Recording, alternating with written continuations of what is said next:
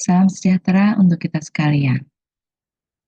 Perkenalkan saya Hana Rosilawati, Sarjana Teknik, Magister Teknik, Program Studi Arsitektur, Fakultas Teknik Universitas Widya Kartika, di mana saya saat ini mengampu untuk mata kuliah Arsitektur Budaya dan Perilaku dengan kode mata kuliah AD4202.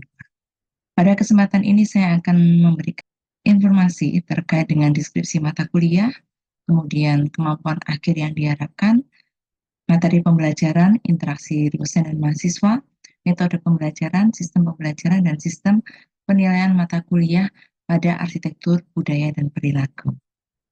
Selanjutnya, untuk deskripsi mata kuliah arsitektur budaya dan perilaku ini, untuk jumlah angka kreditnya adalah 2 SKS, kemudian kode mata kuliah AD4202, dan mata kuliah ini memperkenalkan teori tentang budaya dan perilaku dalam arsitektur, proses dan pola perilaku manusia melalui pemetaan perilaku atau behavior mapping.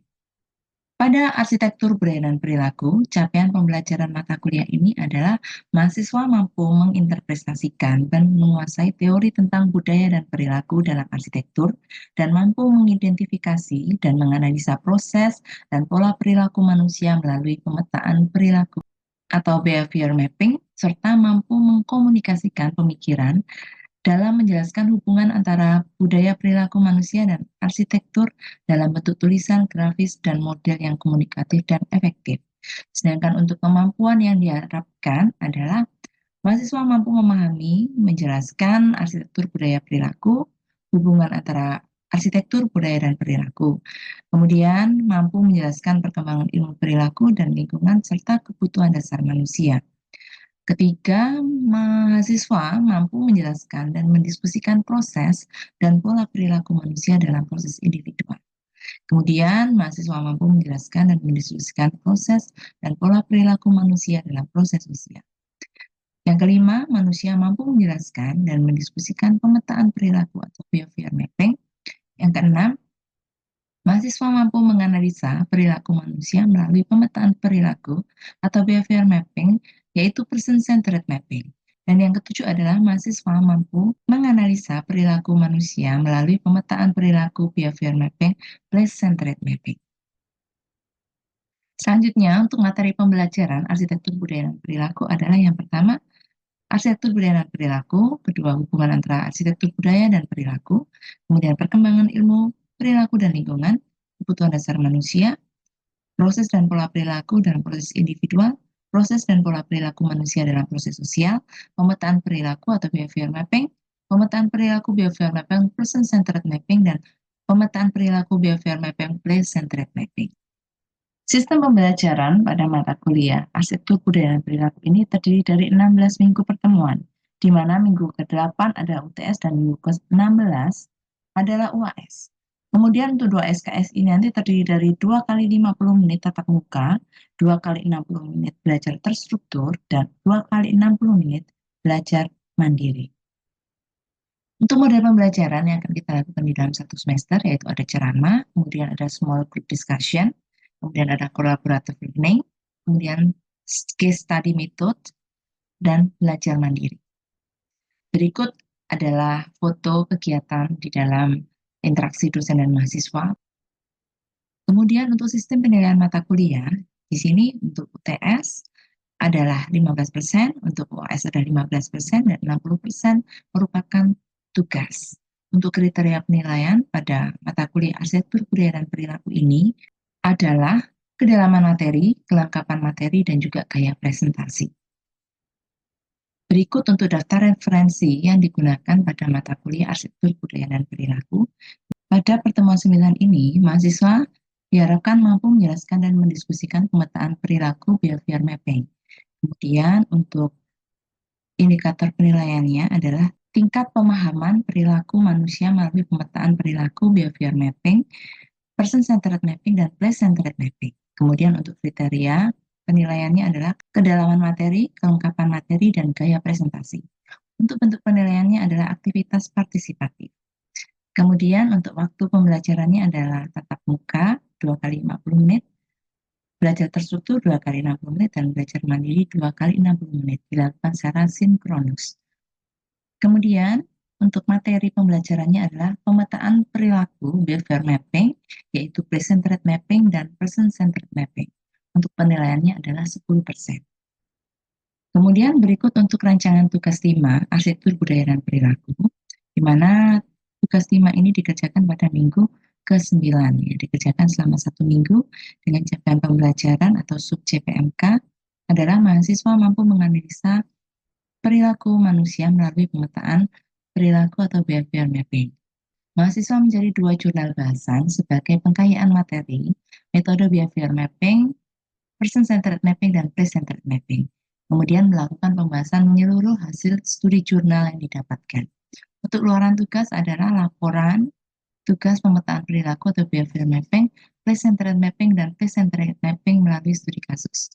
Berikut untuk rencana pembelajaran semester dan rancangan tugas untuk tugas 5 mata kuliah arsitektur budaya dan perilaku. Selamat malam, rekan-rekan mahasiswa sekalian. Selamat malam, Bu. Baik, hari ini kita akan masuk di dalam pertemuan ke-9, ya. Namun sebelum kita mulai, kita awali dulu di dalam doa. Saya boleh minta tolong Mas Mahfud bisa membantu memimpin doa untuk mengawali perkuliahan kita. Saya persilahkan. Bu, sebelumnya sebelum kita mengawali kegiatan perkuliahan pada malam hari ini, alangkah baiknya kita berdoa menurut agama dan keyakinan masing-masing. Berdoa dipersilakan. Amin. Selesai. Baik, terima kasih Mas Mahfud. Baik, saya akan share screen untuk materi kita pada malam hari ini. Ya, kita akan masuk di dalam materi pemetaan perilaku atau behavior mapping ya. Selanjutnya, untuk kemampuan akhir pada tahap pembelajaran ini adalah mahasiswa mampu menjelaskan dan mendiskusikan perilaku manusia melalui pemetaan perilaku behavior mapping ya secara berkelompok dalam lembar kerja secara bebas. Di pembelajaran hari ini adalah pemetaan perilaku atau behavior mapping. Untuk indikator penilaiannya adalah tingkat pemahaman perilaku manusia melalui pemetaan perilaku atau behavior mapping, baik person-centered mapping dan place-centered mapping ya. Nanti kita akan bahas bersama-sama dan nanti kita bisa berdiskusi. Selanjutnya kita ada pretest ya. Ini saya persilahkan untuk semuanya bisa menggunakan aplikasinya ya. Ini saya share dulu untuk linknya. Saya share di chat ya. Atau bisa langsung ini scan barcode berikut ini ya. Bisa di scan barcode-nya ataupun dari link tadi ya. Bisa langsung diakses, nanti langsung masuk nanti. Silahkan. Baik, kita mulai ya. Silahkan bisa dijawab setiap pertanyaannya, bisa dipilih.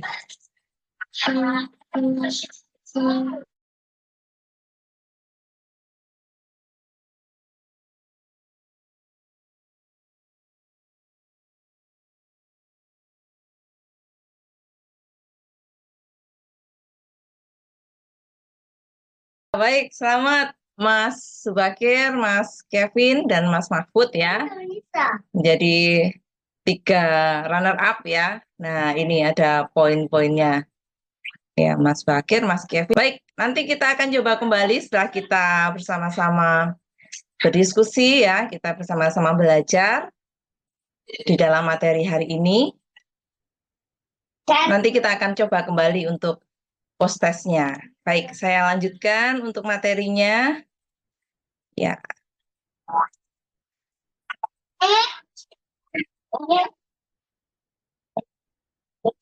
Kenapa kita perlu belajar pemetaan perilaku atau behavior mapping? Tentunya ini ada masalahnya, begitu ya. Masalahnya apa? Dikatakan dalam sebuah sumber bahwa di dalam setiap lingkungan buatan manusia sangatlah mungkin timbul perbedaan maksud dan tujuan dari desain.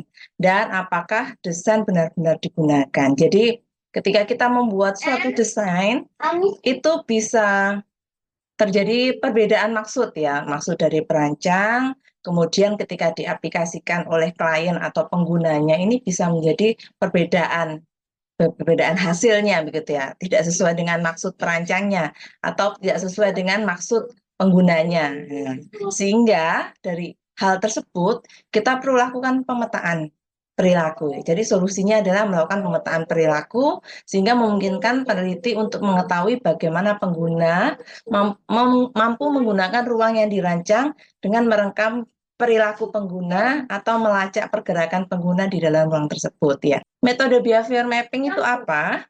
Jadi merupakan salah satu teknik survei yang dapat digunakan dalam kajian arsitektur lingkungan dan perilaku. Ya, behavior mapping dikembangkan oleh Itelso sejak 1970-an menjadi teknik yang sangat populer dan banyak digunakan. Ini dalam sumber Haryadi dan Setiawan 2010.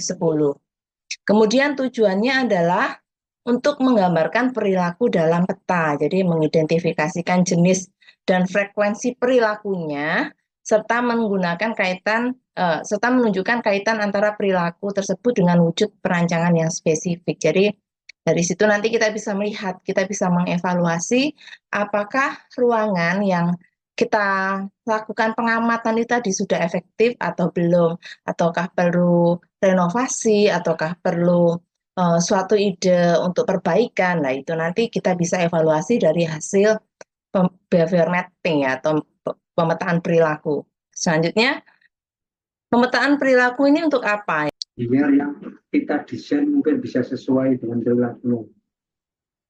Baik, terima kasih Mas Fakir ya. Bisa. Kemudian ada lagi?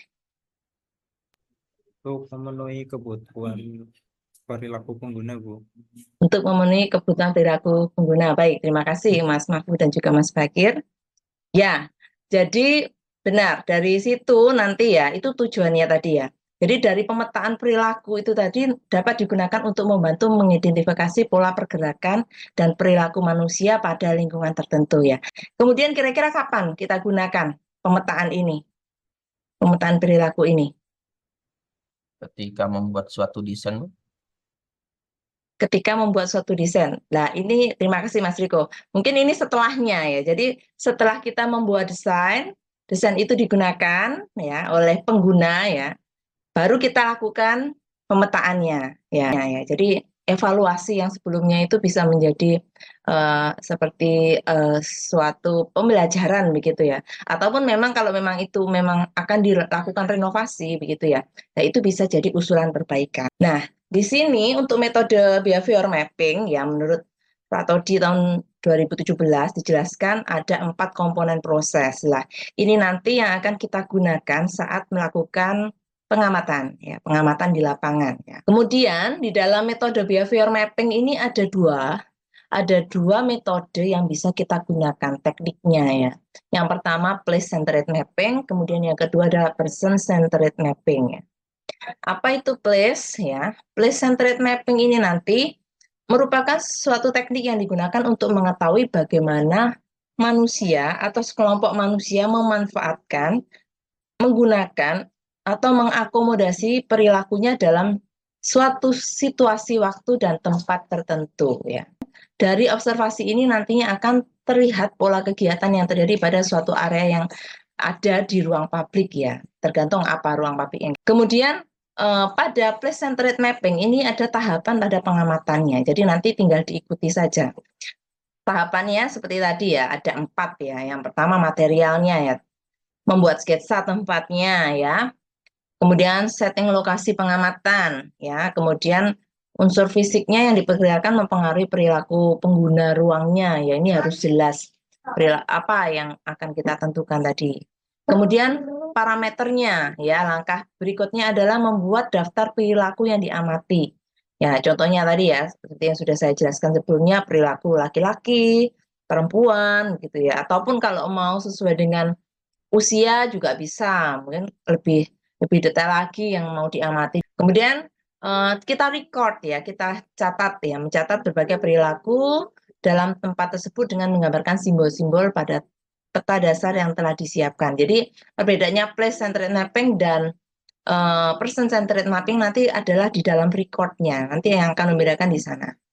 Kemudian kita lakukan analisis. Setelah kita lakukan pengamatan, kita analisis.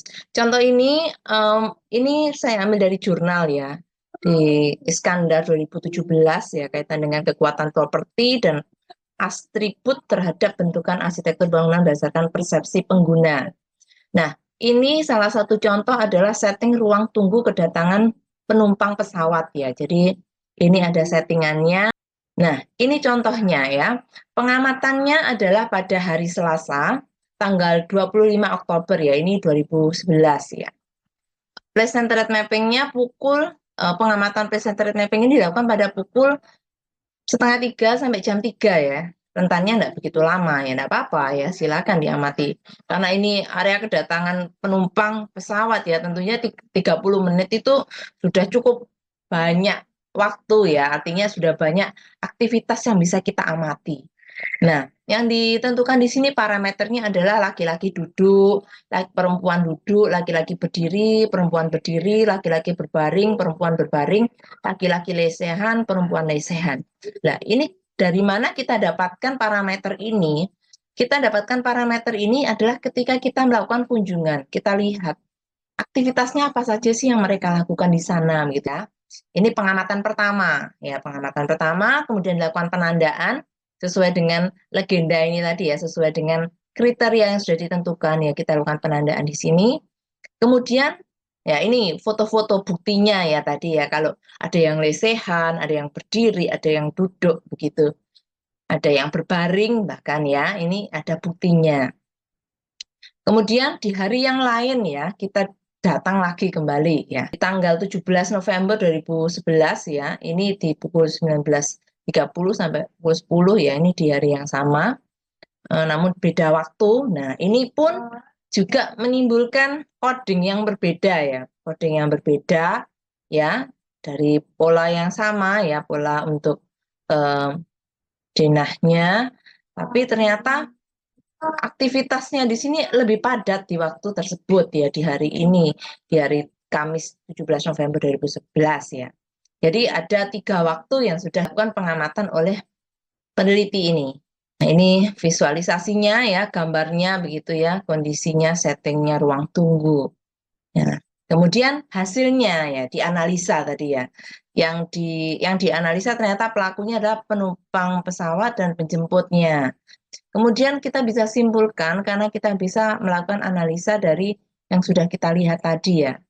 Nah, kedua pintu harus difungsikan, pagar pembatas dirubah bentuknya menjadi lurus bukan melengkung ya. Ini banyak hal yang membuat supaya lebih efektif ya. Jadi seperti itu untuk place-centered mapping. Jadi place-centered mapping kita akan konsentrasi pada penandaan. Kemudian yang kedua adalah metode behavior mapping, person-centered mapping ya. Jadi kalau di dalam person-centered mapping ini nanti teknik ini akan menekankan pada pergerakan manusia pada suatu periode waktu tertentu, yaitu tujuannya untuk mendapatkan pemetaan terhadap pengguna ruang, bangunan, dan menggambarkan pola perilaku pengguna dan aktivitasnya. Nah, kemudian untuk metode behavior mapping ini nanti pada tahapan pengamatannya sama ya, ada 4, jadi ini sama-sama digunakan juga.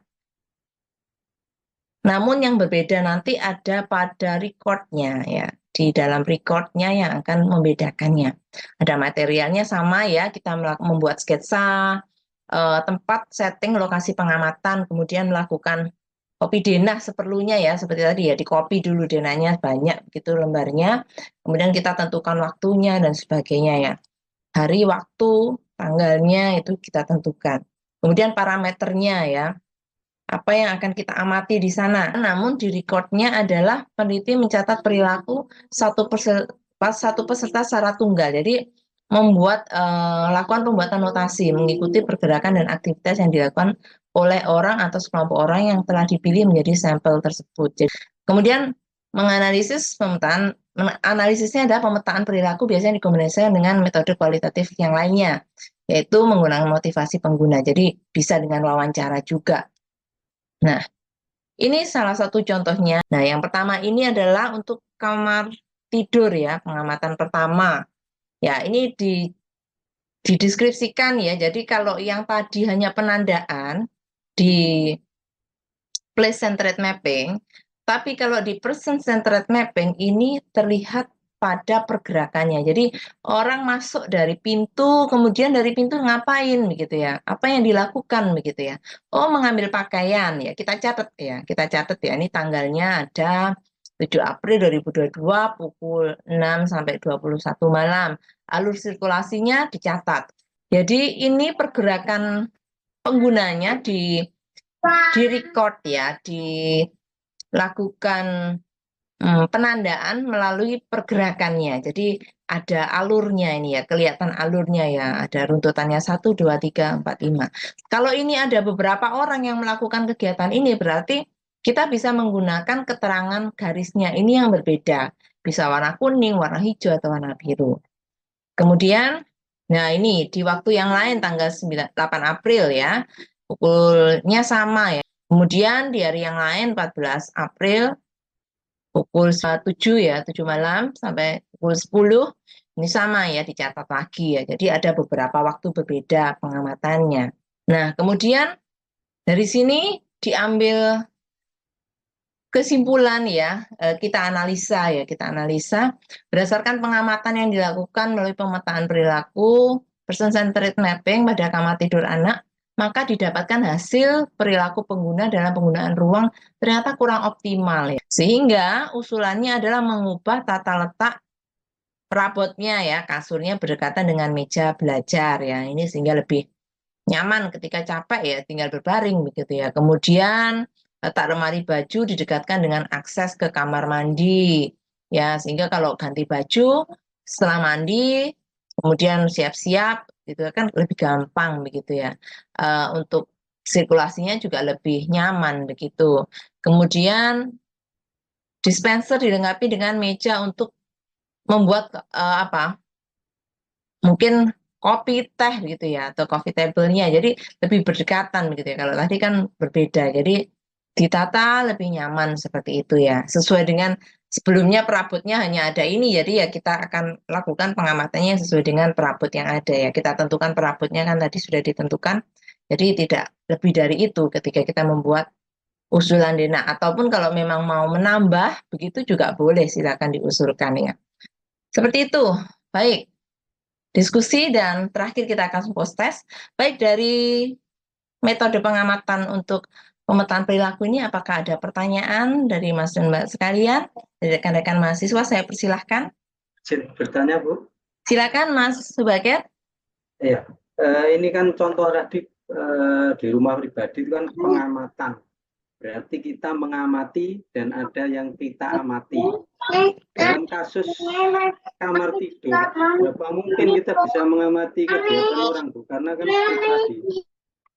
Terima kasih, Bu.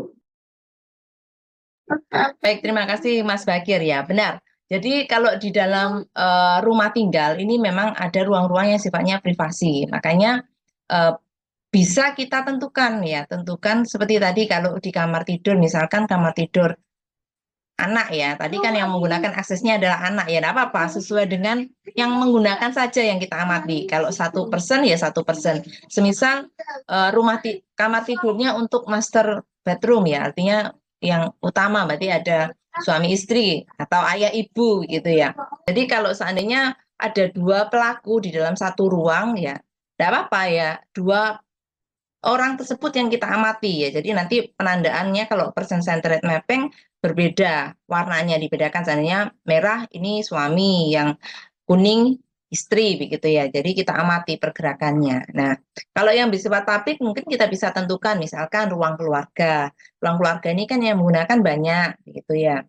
Boleh ya, bisa ayah, ibu, anak gitu kan, ataupun kalau di dalamnya juga ada mungkin multifamily ya, ada kakek nenek begitu ya. Nah, itu juga bisa begitu ya. Jadi yang kita tentukan saja mana yang mau kita amati, mau yang memang digunakan bersama-sama atau mau kita lakukan evaluasi untuk mungkin ruangan yang kita gunakan apakah sudah optimal atau belum, boleh.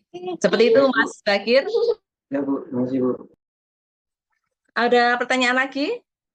Kalau belum ada, mungkin kita lanjutkan dengan post test kembali ya, Mas dan Mbak sekalian. Saya share lagi untuk yang tadi ya, bisa dilakukan. Silakan bisa join? Baik, kita mulai ya. Mari.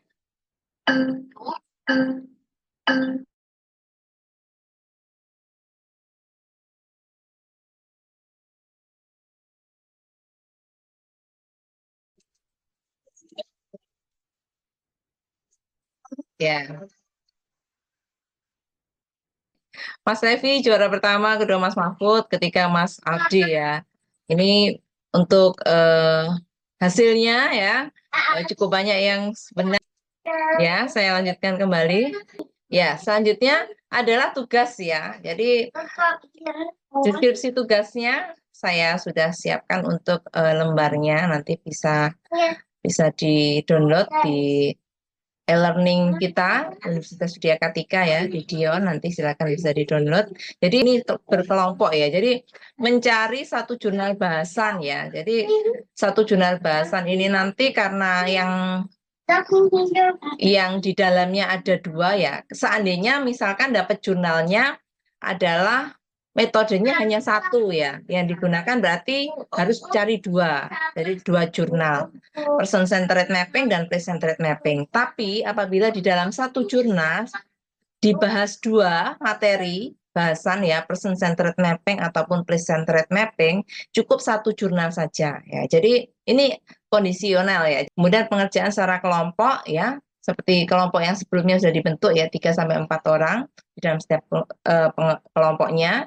Kemudian pengumpulan dilakukan di Dion, kemudian dipresentasikan pada pertemuan berikutnya ya. Jadi nanti untuk indikator penilaiannya adalah tingkat pemahaman perilaku manusia melalui pemetaan perilaku behavior mapping, person centered mapping dan juga person centered mapping. Seperti itu. Untuk rubrik penilaiannya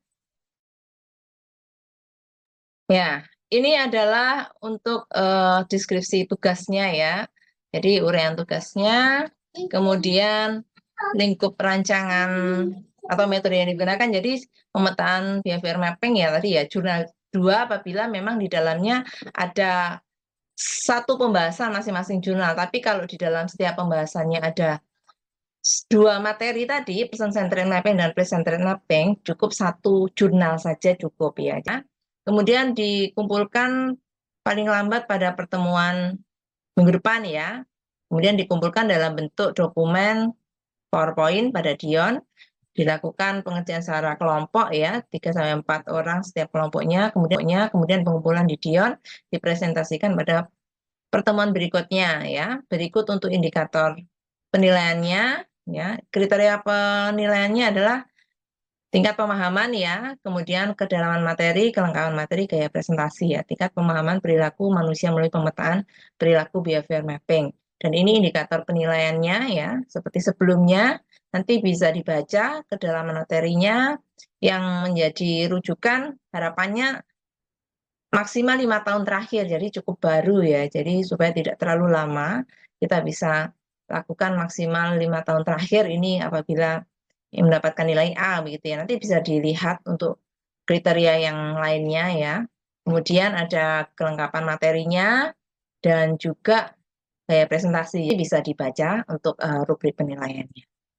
Baik, terkait dengan tugas seperti itu, apakah ada pertanyaan, Mas dan Mbak sekalian? Silahkan. Apakah sudah jelas untuk penjelasan soalnya? Jelas, Bu. Cukup, Bu. Baik, terima kasih. Jadi silahkan nanti untuk pertemuan berikutnya bisa dikerjakan ya. Untuk tugasnya kita ketemu lagi di pertemuan minggu depan. Baik, terima kasih untuk kehadiran Mas dan Mbak sekalian ya. Hari ini kita bisa melakukan pertemuan perkuliahan kita, arsitektur budaya dan perilaku ya. Kita ketemu lagi pada pertemuan minggu depan. Sebelum kita akhiri, mari kita tutup dalam doa. Saya boleh minta tolong Mas Levi untuk memimpin dalam doa. Saya persilahkan waktu dan tempat. Baik, terima kasih Bu. Untuk menutup perkuliahan malam ini, mari kita berdoa dengan kepercayaan masing-masing. Berdoa dimulai. Berdoa selesai. Baik, terima kasih Mas dan Mbak sekalian. Kita ketemu lagi di pertemuan minggu depan. Baik, selamat malam, selamat melanjutkan untuk perkuliahan berikutnya. Bu. Terima Terima kasih kasih. Bu. Ya. Terima kasih Bu.